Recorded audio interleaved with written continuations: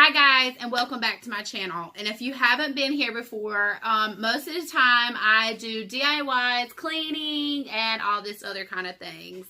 I am a mom to 5, and I have one stepson. We live up north where it snows all the time. Right now it's kind of gloomy outside. It's actually early in the day. It's only 11 o'clock, but it's raining and dreary, and we're supposed to get snow. So it's just an awesome day. What more could I say about myself? I am technically a teen parent. Not anymore, obviously, because I'm older now, but I had my first child when I was 17. So that is why I appear really young, because I am young. Most people confuse my daughter as my sister, but she's not. I feel like a strict mom. To me, kids need a schedule.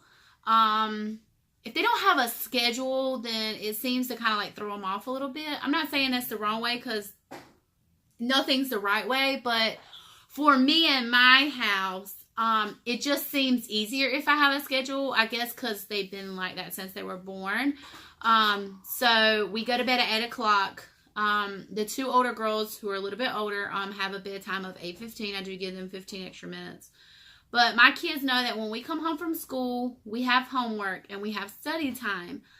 I know a lot of people are going to say some things about that, oh, they've been in school all day, they have learned. But for us, it seems to work, and the kids don't complain too much. I don't understand why I have this red spot on my face. I don't understand. And it's about to drive me insane. I have one cheek that's red. If y'all know me, I have very super sensitive skin, and it could have come across because I put some lotion near my face while ago for Sophia. Okay, but anyways, so I told you I have super sensitive skin, of course. So, a few more things. There is a lot that I want to talk about in future videos. Jasmine has epilepsy. I have not talked about that before. We are on 2 years and 1 month of no seizures, seizure free. She is no longer taking any medication for it. We, after 2 years, they told us that she could take her off medication. And to be honest, I decided for me and for her, but more for her, that she didn't need the medicine anymore. And to be honest, I think it helped her out, because I've noticed that she has improved in her grades. I'm not saying that it all had to do with the medicine, but I mean, it's kind of helped her out a lot. Another thing that helped her out was, I believe that helped her out was the change from one area to another area. Me and all the kids were born, most of us were born and raised there. I was born in the South, and I was raised in the South my whole entire life, except for the last 2, almost 3 years. It's almost 3 years now. We've been up here in the North, and Jasmine has not had any seizures since she's been here. So to me, it was the best thing to do for us at that time. Anyways, Renata's smart. Renata is, she likes to sing. I remember my grandfather, who is now passed, which is a very hard thing for me to talk about, so I'm not going to talk about that through this video. But he always told Renata that she would sing, that she would be a singer, because she liked to sing so much when she was little. And this year, the public school chose a certain amount of kids. Well, we live up here in the North in a city, so there's a lot. And let me tell you, a lot of kids to choose from. And she just happened to be one of them. She made it to her course for the school.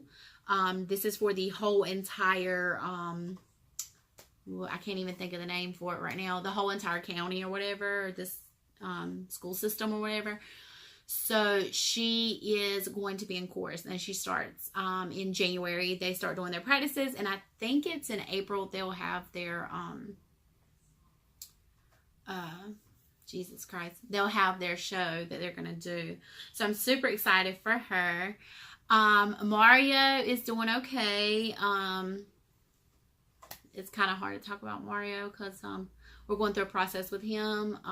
So he's not doing very good in school, but as far as personality and him being himself, he's good. Woo, bless me. Anyways, then to Eva. Eva is doing really good in school. We expected her to do good in school. She's in pre-K. And I've always expected her to, I just expected her to do good, and she has. She is normally a wide open person at home. She has a beautiful personality for a little girl her age. She's only 5. She is extremely smart. Not saying that the other kids are not, but she's smart. She's just smart. I mean, she has it there, and she's very smart. But she's good. But in school, she's quiet. They say she doesn't even talk. So her and Jasmine are very similar in that same way. I always get the same reports that all the kids are nice and polite. For about the last week, we've been getting that Mario's talking a lot. Not that he's mean or anything, but that he's just talking a lot. And it just so happened the teacher moved their chairs. And because she moved them around, she put him by somebody that he talks to. So we had to get that fixed. But otherwise, they're all doing good. Sophia is good. We're not sick. We don't have no sick kids this week. So we're doing really good in that way. I just wanted to give y'all an update of how everybody's doing. Matt's doing good. We went to his school, and we just had parent-teacher conference, and he's doing really good in school. So there's not really much I can say about them bad-wise, and they're all good and health-wise. Thank God. We definitely can thank God for that one. I'm doing good. I don't think I've mentioned, but I had kidney stones back in July. I had them December of last year, and it just passed through. And I'm not really for sure if it did pass or it didn't pass. And then that's what caused this other stone to evolve, if it just got bigger from that. But I had an incident in July that I got really sick, going to the hospital, and they ended up telling me to go home. I was going to pass it. The next day, I got an infection from it. And I ended up having to have emergency surgery. That was a crazy thing. But since then, I changed my diet because the doctor said it most likely come from my sugar intake. So I wanted to change that. And I knew it had to because I was drinking. I mean, I was eating a lot of sugar. You don't drink sugar, but I do drink sugar in my coffee. But I was putting like 5 to 6 tablespoons of sugar in 1 small cup of coffee. And now I've went down to 1 tablespoon of honey in my coffee. It is very hard when you're used to that much sugar, and it's really hard. But if you know that it is life-threatening and that you need to do something for yourself, then you're definitely going to do it. And that's what I did. So word of encouragement, not that you have to completely change your life or anything, but just watch what you're doing because you never know. I am extremely young. If you don't know, I am 29 years old. I just turned 29. So watch how you eat. It does affect your future. It does, especially for the younger generation. Please watch. I can't stress it enough. By the grace of God and by my family sticking by me, it's kind of hard up here because we don't have a lot of family. I have my husband's family, so thank God I have my sister-in-law around, and she was, because that was emergency, and so it's not like, I mean, of course my mom could have come on a plane, but it would have inconvenienced her. So luckily enough, my sister-in-law took off for a week, and she stayed with the kids while I had my surgery and whatnot, and she was here for the second surgery that I had done. But oddly enough, this is very weird, but I'm going to tell you, I happened to get sick on the day that my grandfather died. which is not my favorite day of the year anyways. So it just turned out oddly that I got sick that day. I'm a type of person that can tolerate a lot of pain. Let me tell you, an extreme amount of pain. It's just who I am. I can handle pain pretty good, but that's a pain. And like I told my husband, you need to get up and we need to go to the hospital. Something's wrong. So he knew something was wrong.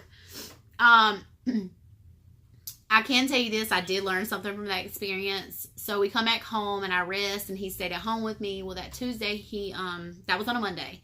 And that Tuesday, he went back to work because I was like, well, I'm just sick at home. You know, you can't keep missing all these days. Just going back to work. I'm fine. You know, I'm just in a little bit of pain. The doctor said, you know, the stone was going to pass and I'll be fine.